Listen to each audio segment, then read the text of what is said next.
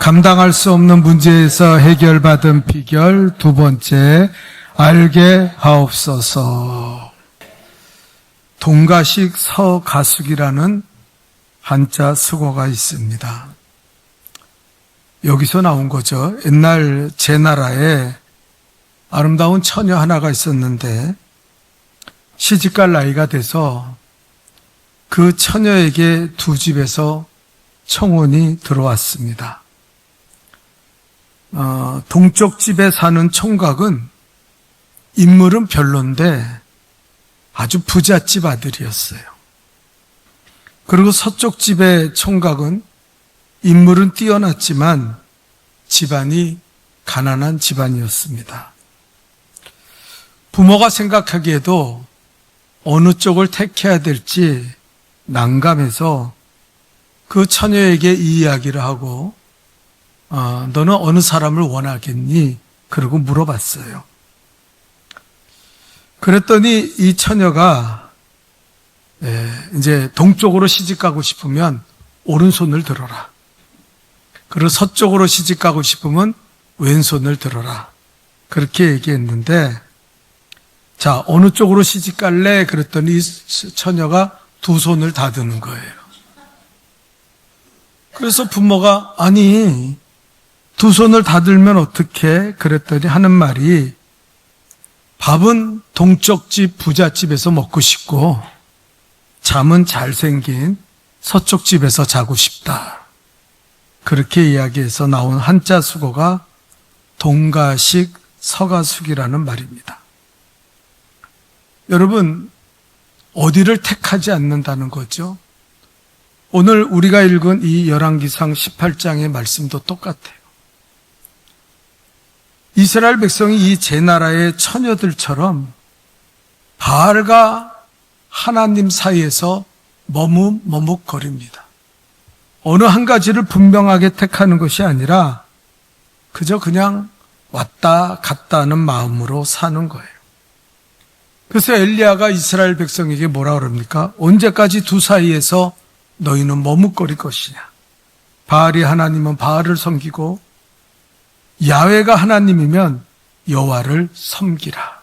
그렇게 촉구하면서 그럼 갈멜산에서 바알과 아세라 선지자 850명과 하나님의 선지자 나와 단신으로 싸워서 과연 우리의 제단 중에 어느 제단에 불이 떨어지는가를 통하여 참 하나님 되심을 알아보자.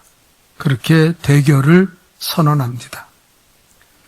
잘 알듯이 바알과 아세라 선지자들은 그들의 신의 이름을 부르면서 아무리 외쳐도 불이 안 떨어져요.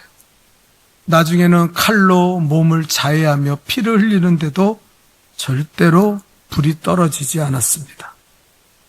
엘리야는 나가서 그 제단 위에 물을 붓고 확 젖이고 도랑까지 물이 찬 그 제단에서 하나님 앞에 오늘 본문의 말씀을 가지고 기도했더니 성령의 불이 떨어지면서 그 제단을 불태우고 도랑의 물까지 다 핥았더라.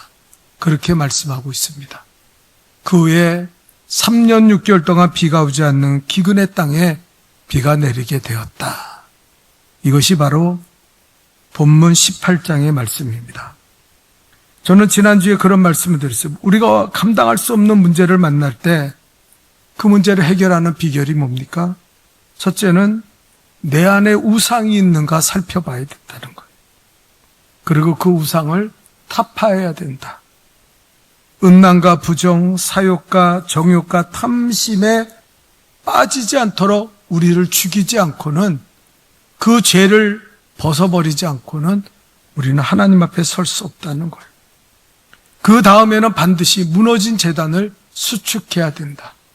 예배가 회복돼야 되는 거예요. 오늘날 많은 사람들이 예배의 제단이 무너진 사람들이 너무 많아요. 교회는 몸은 나와서 교회에서 예배를 드리는 것 같지만 그 심령은 하나님 앞에 나오지 못한 사람들이 너무나 많습니다. 특별히 주일은 목숨 걸고 생명 걸고 주일을 지켜야 된다. 그 말씀을 드렸죠.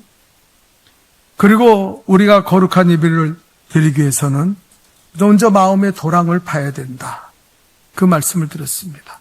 겸손한 마음으로 하나님의 말씀을 받고 은혜로 내 마음의 그 깊은 곳에 하나님의 말씀과 은혜가 흘러넘치도록 해야 거기에 역사가 일어나고 기근이 물러간다는 거예요. 내 자신이 온전한 제물이 되어 하나님이 기뻐하는 영적 예배를 드려야 됩니다. 그리고 우리는 이 예배를 통해서 하나님이 오늘도 임재하실 것이고 하나님이 오늘도 우리와 함께 하실 것이라는 분명한 그 소망을 가지고 하나님 앞에 영과 진리로 예배드릴 때 우리는 기근이 물러가고 해결되는 놀라운 축복을 누리게 되는 줄 믿습니다. 여러분 기억하십니까? 오늘 말씀도 굉장히 중요한 말씀이에요. 우리가 감당할 수 없는 문제를 만날 때 두 번째는 어떻게 해야 됩니까?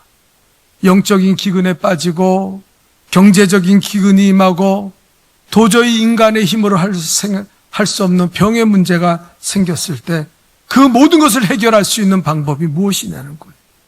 오늘 성경은 우리에게 이렇게 가르쳐주고 있습니다. 1번 다 같이 읽어볼까요? 다 같이 읽읍시다. 시작. 하나님을 알아야 합니다. 아멘입니까? 여러분, 하나님 아세요? 하나님 아십니까? 아니요. 교회는 다니지만 하나님 모르는 사람들 너무너무 많아요. 하나님이 나와 하나님을 안다는 거는 그 무슨 우리가 성경적으로 들어서 그냥 하나님이 하나님이지 그런 걸 말하는 게 아니에요. 하나님과 나와의 친근한 교제가 있고 하나님과 나와의 만남이 있고 하나님이 내게 말씀하시고 내가 거기에 응답하는 그런 일들이 있어야 된다는 거예요. 여러분 오늘 성경에 무너진 제단을 수축하고 엘리야는 이렇게 기도했습니다.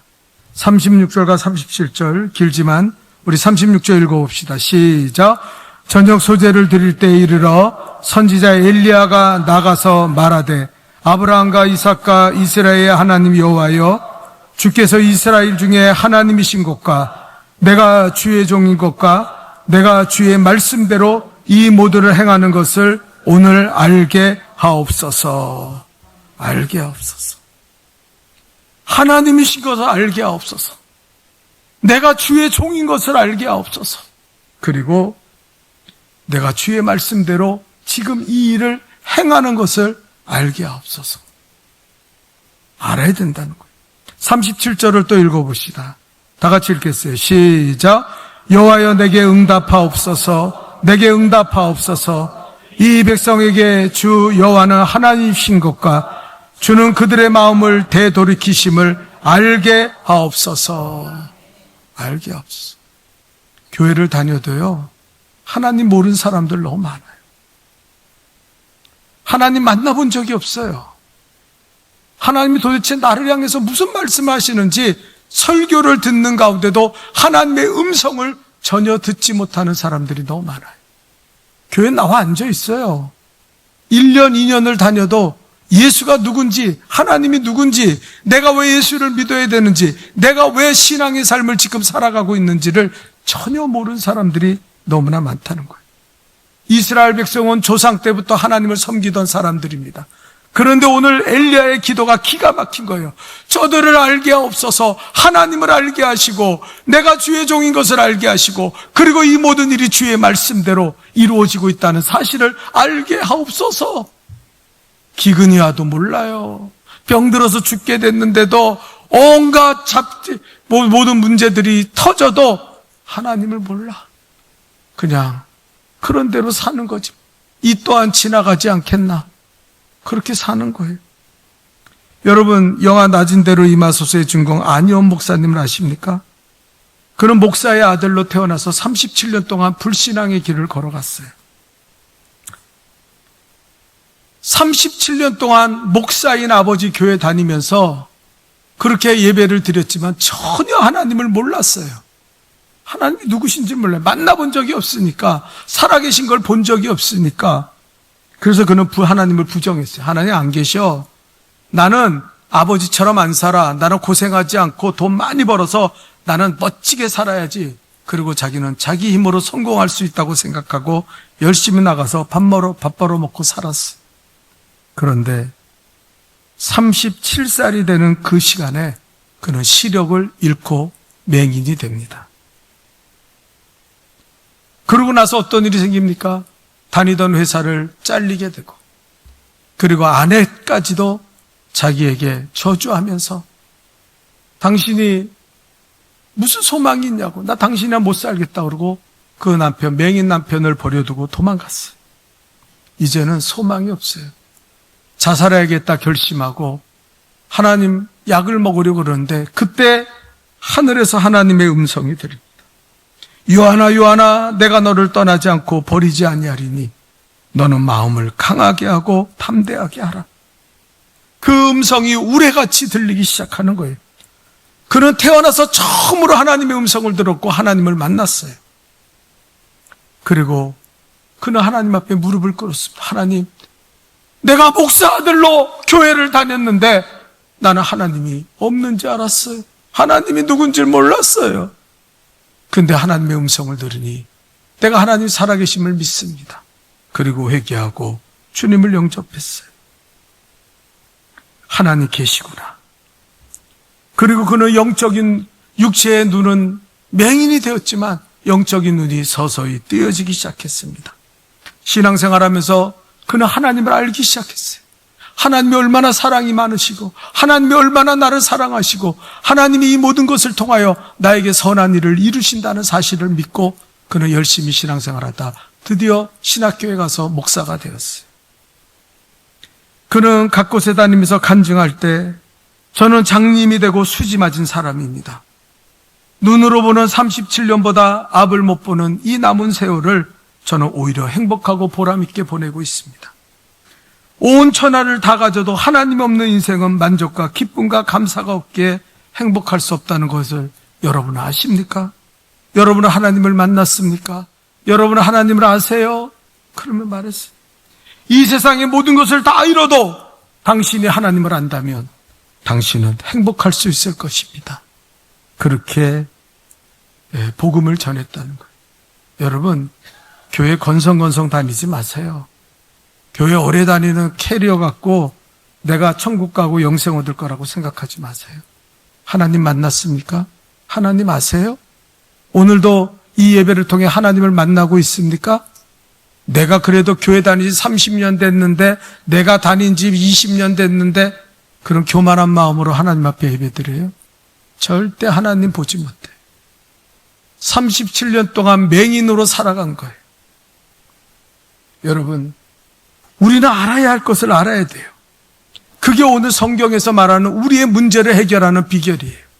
당신이 왜 기근에 빠져? 영적인 기근, 병의 기근, 물질의 기근, 자녀의 기근에 빠져 살아갑니까? 이유는 딱 하나예요. 하나님을 만난 적이 없다는 거예요. 하나님을 만난 적이 없어. 사모하는 마음이 없어. 그냥 건성건성 교회 다니고 건성건성 말씀 듣고 그냥 건성건성 살아봤지, 정말 하나님이 나의 아버지가 되시는 하나님을 만나려고 한 적이 없다는 거예요. 하나님을 모르니까 하나님이 역사하지 않아요. 당신을 모르는 자들을 통해서 역사하지 않습니다.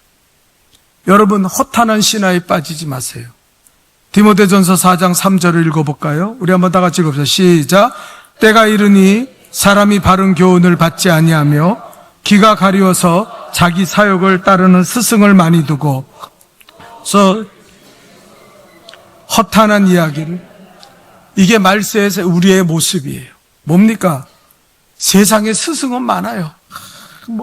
이것저것 쓸데없고 진리되지 않는 것을 잡스러운 얘기들은 다 듣고 배우려고 얼마나 노력할까. 근데 그건 결국 뭐예요? 내 사욕을 따르는 거예요. 우상에 빠져 사는 거예요. 허탄한 이야기를 붙잡고 살아가는 사람들은 하나님의 살아계심을 알 수 없다는 거예요. 호세아 성경 4장 6절에 보면 이 백성이 지식이 없음으로 망하는도다 그랬어요. 이 내가 지식을 버렸으니 나도 너를 버릴 것이고, 내가 하나님의 율법을 잊었으니 나도 내 자녀를 잊을 것이다. 여러분의 자녀들이 왜 불신앙의 길을 걸어가요? 여러분이 하나님 안 만나서 그래요. 여러분이 하나님을 알지 못해서 그래요. 그러니까 뭐예요? 하나님의 말씀을 잃어버리고 살아가니까 거기에 무슨 일이 생겨요? 내 자녀도 나는 너를 잊어버릴 것이다. 그렇게 말씀하시는 거예요. 여러분, 먹어도 배부르지 못하다 그랬어요. 음행하여도 숫자를 늘지 못하고 여호와가 아니면은 될 것이 없다 그랬어요. 여러분, 아직도 내 능력으로 살 수 있다고 생각하십니까? 내 방법 갖고 여러분 제발 포기하세요. 한번 주님 앞에 매달려 보세요. 주님이 여러분에게 역사하시는 거. 저는 이번 주간에도 지난 주간에도 한 달 전에 제가 병원에 갔을 때 여러분한테 잠시 말씀드렸지만 콩팥이 나빠져서 의사가 말하는데 콩팥은 한번 나빠지면 다시 좋아지지 않는다는 거예요. 그러면서 나보고 하는 말이 더 나빠지지 않도록 투석하면 큰일이니까 좀 조심하라고. 그리고 콩팥약을 주는 거예요. 그리고 한 달 후에 또 봅시다. 제가 6개월 단위로 병원 가는데 한 달마다 오라는 거예요. 그 지난주인가 지지난주에 갔어요. 의사가 수치를 보고 피 검사하고 소변 검사 보더니 나한테 그러는 거예요. 오늘부터 콩팥약을 빼겠습니다. 나는 그때 무슨 얘기인지 몰랐어요. 그냥 그러니까 그런가 보다 그랬는데 제가 집에 와서 하니까 우리 집사람이 아니 콩팥약을 왜 빼? 그래서 병원에 전화를 했어요. 그랬더니 간호사가 딱 하는 말이 아니 정상 수치가 나왔으니까 콩팥약을 빼죠. 필요 없는 약을 왜 먹습니다. 여러분, 의사가 고칩니까? 하나님이 고쳐. 여러분이 그렇게 벌고 싶어하는 돈 여러분이 노력한다고 됩니까? 노력해도 안 돼요. 여러분, 제가 옛날에 어떤 장로님 장사하는 분이 나한테 그랬대요. 목사님, 100명이 장사하면요 5명은 성공하고요 95명은 다 그거 다른 사람한테 뺏깁니다. 그렇게 새벽잠도 안 자고 그렇게 교회도 안 다니면서 노력해도 그거 다 다른 사람 몫입니다. 그렇게 이야기하더라고요. 하나님을 아십시오. 그러면 하나님을 안다는 것은 우리 어떤 하나님을 알아야 됩니까? 1번입니다. 다 같이 읽어볼까요? 다 같이 시작. 민족과 열방을 다스리시는 하나님이십니다. 자, 본문 36절 읽어봅시다. 시작. 주께서 이스라엘 중에 하나님이신 것과 알게 하옵소서. 하나님이 이 땅의 하나님인 것을 알게 하옵소서. 이재명이가 나라를 다스리는 게 아니에요. 윤석열이가 다스리는 게 아니에요. 착각좀 하지 마. 예수 믿는 사람은 그렇게 살면 안 돼요. 하나님이 이 땅을 다스리십니다. 여러분, 이 가난한 나라가 이렇게 부강하게 된 거는 하나님의 능력이고 하나님의 축복이에요. 그걸 부인하는 거는 성도가 아니요. 교만한 마음으로 내 힘으로 내 능력으로 장사해서 내가 잘 살고 내가 잘 먹고 내 자식들도 잘 되고 내가 성공하며 살리라. 그런 사람들은 안 돼요. 하나님의 전능하심을 무시하고 살아가면 그는 신앙인이 아니에요.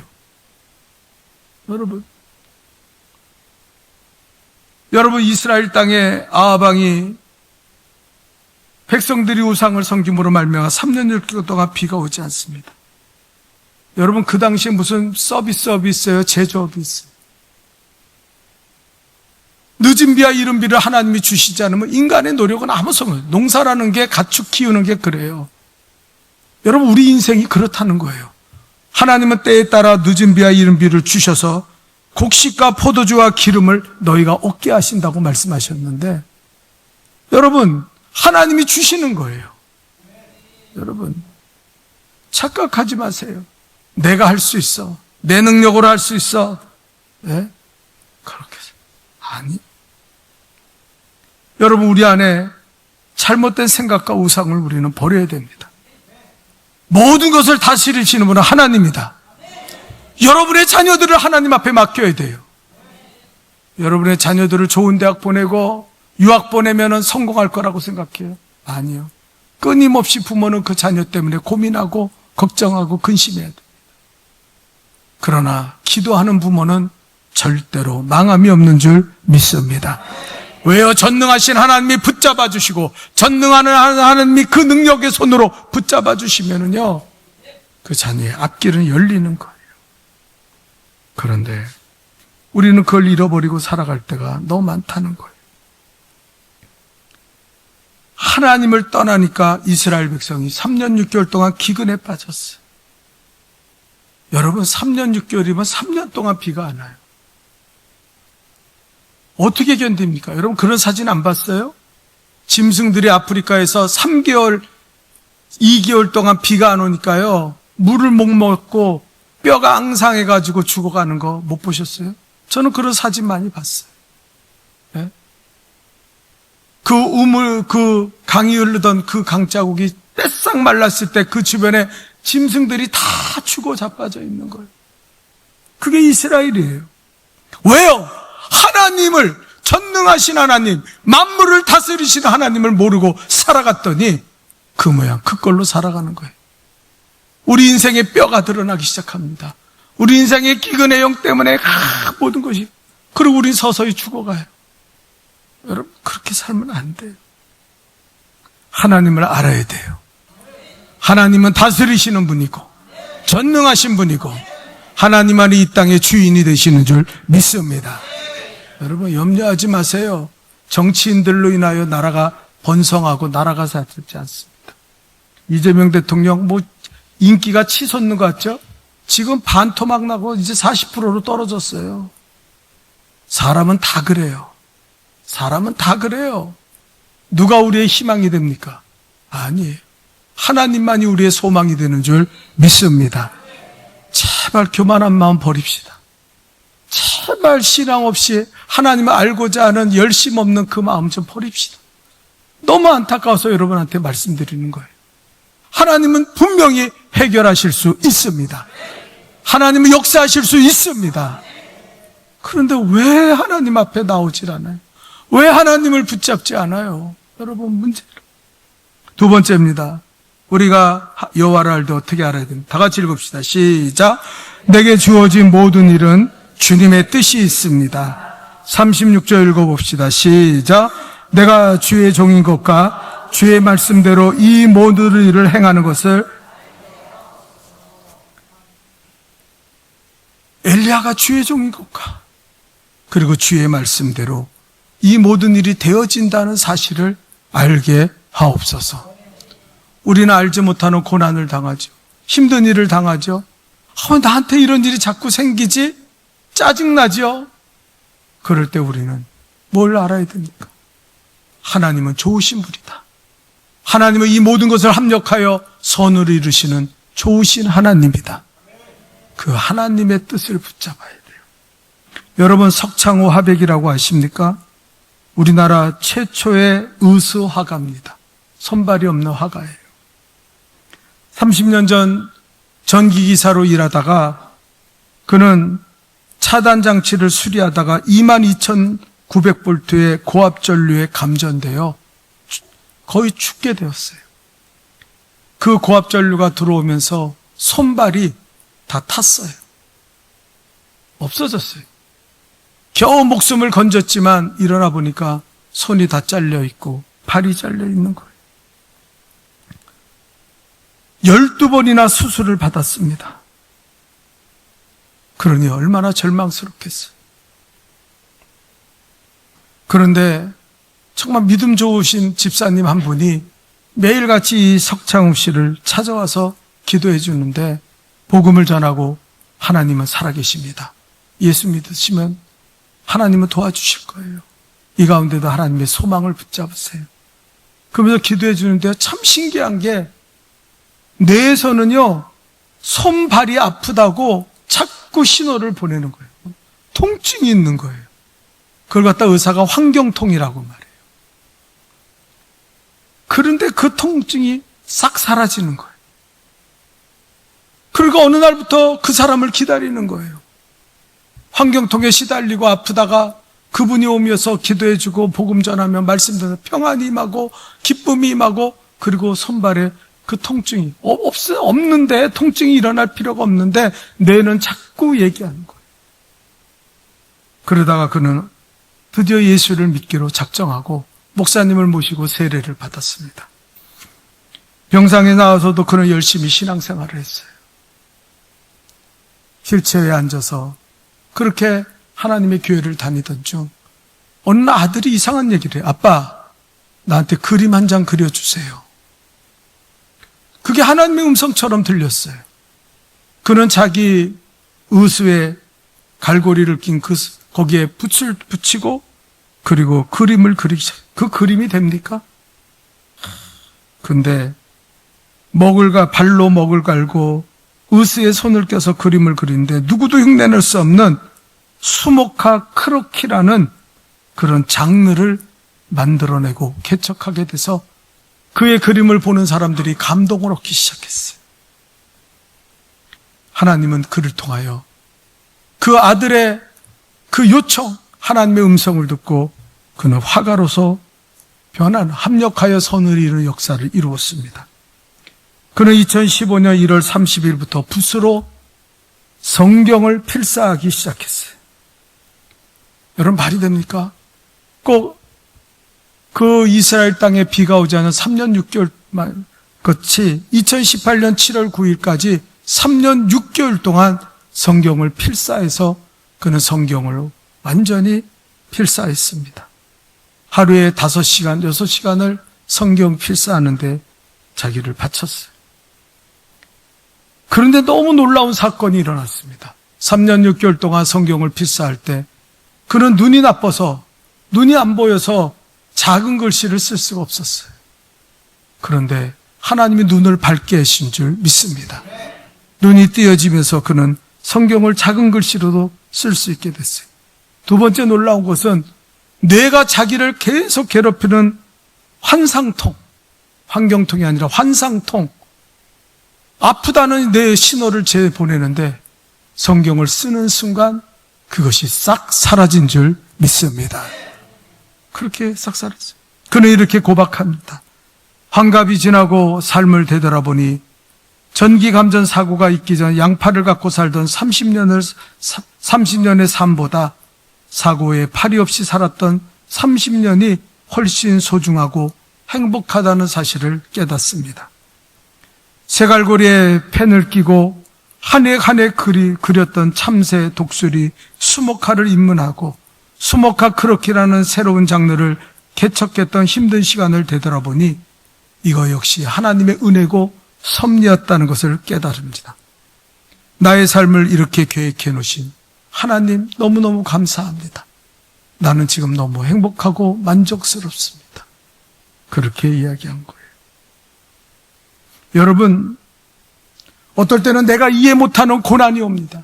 내가 이해 못하는 어떤 일이 생겨요. 불평거리가 생겨요. 그때도 우리는 하나님을 알아야 돼요. 하나님은 나의 편이고 하나님은 나를 사랑하시고 모든 것이 합력하여 선을 이루게 하시는 하나님이시다. 꼭 믿으시기를 축원합니다. 독수리는요, 가장 높이 올라가는 새입니다. 왜 그래요? 바람이 불 때 그 바람을 이용해서 날개를 펴고 비상하는 거예요.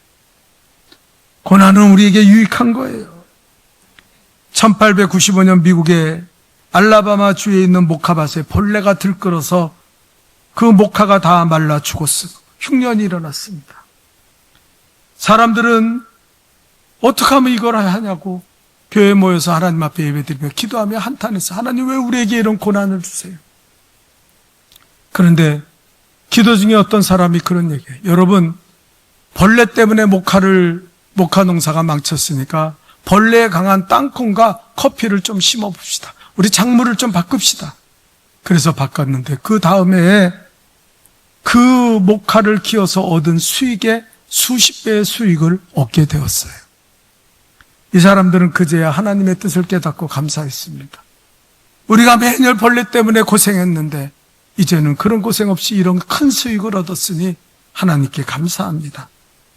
그리고 알라바마 사람들은 그 자기네 그 땅에 그 벌레, 목화를 갉아먹던 그 벌레의 동상을 세우고 그 벌레 때문에 우리가 잘 됐다고 그렇게 하는데 지금도 가면 그 동상이 서 있다는 거예요. 여러분, 하나님의 뜻을 믿으십니까? 지금의 어려운 문제, 고난이 있습니까? 아니요. 그것은 나를 축복으로 인도하시는 하나님의 역사인 줄 믿습니다. 그걸 알아야 돼요. 마지막 세 번째입니다. 다 같이 읽어봅시다. 시작. 돌이키시고 회복하시는 하나님이십니다. 자, 오늘 본문 37절 읽어봅시다. 시작. 주는 그들의 마음을 되돌이키심을 알기. 부모가 자식에게 회초리를 드는 건 그 자식 죽으라고 때리는 거예요? 아니잖아요. 여러분, 하나님은 당신의 자녀이기 때문에 우리를 때로는 회초리를 들어 때리시기도 해요. 그럴 때 우리는 어떻게 해야 돼요? 회개하고 애통하는 마음 가져야 돼요. 요즘 성도들은요, 눈물을 잃어버리고 살아가요. 회개하는 마음이 없어요. 자기 귀에 거슬리는 말을 들으면 아유, 쳤다이로 설교. 저게 설교라고 해? 나한테 왜 저런 소리라고 알냐? 에이, 재수없어. 얼마나 강팍하고 교만한지 몰라요. 예? 그거 깨어지기 전에는 하나님의 역사하신가 능력이 우리 안에서 나타나지 않는다는 거예요. 나는 이번에요, 우리가 지난 금요일 날도 우리가 성회를 했지만 그 강사님이 한 사람 한 사람 기도하면서 예언하는데 그날 다른 교회 교인들이 잔뜩 와서 많은 거예요. 그리고 헌금을 다 드리면서 하나님 앞에 얼마나 사모하는지 그 목사님 한번 만나서 안수받고 그 예언의 기도를 들으려고 난리를 치는 거예요. 그 처음에는 기분이 상했어요. 아니, 왜 우리 교회 남의 교인들이 와가지고 저렇게 난리를 치면서 지네들이 더 난리를 치면서 그 사람들은 사모하는데 우리 교인들은 사모하는 마음이 없는 것 같아. 목사의 마음이 그렇다는 거예요. 여러분이 그렇다는 게 아니라. 나오지도 않고 사모하는 마음도 없고 그냥 그냥 너무나 강팍하다는 마음이 드는데 내가 강팍한 마음으로 앉아있는 거예요. 근데 그 목사님이 내게 와서 그러는 거예요. 저를 위해 기도하시더니 목사님, 조금만 주님과 더 깊은 교제를 하세요. 나는 그 말을 듣고 깜짝 놀랐어요. 나는 매일같이 교회 나와 있는 사람인데 매일같이 그냥 교회 나와서 할 일이 있든 없든 교회 나와 있는 사람인데 나한테 하나님이. 그리고 제가 자신을 돌아보니까 내가 교회 나와도 하나님 앞에 그 깊은 하나님과의 교제를 잃어버리고 살았던 거예요. 그러면서 목사님, 깊은 교제를 하세요. 여러분, 회개해야 돼요.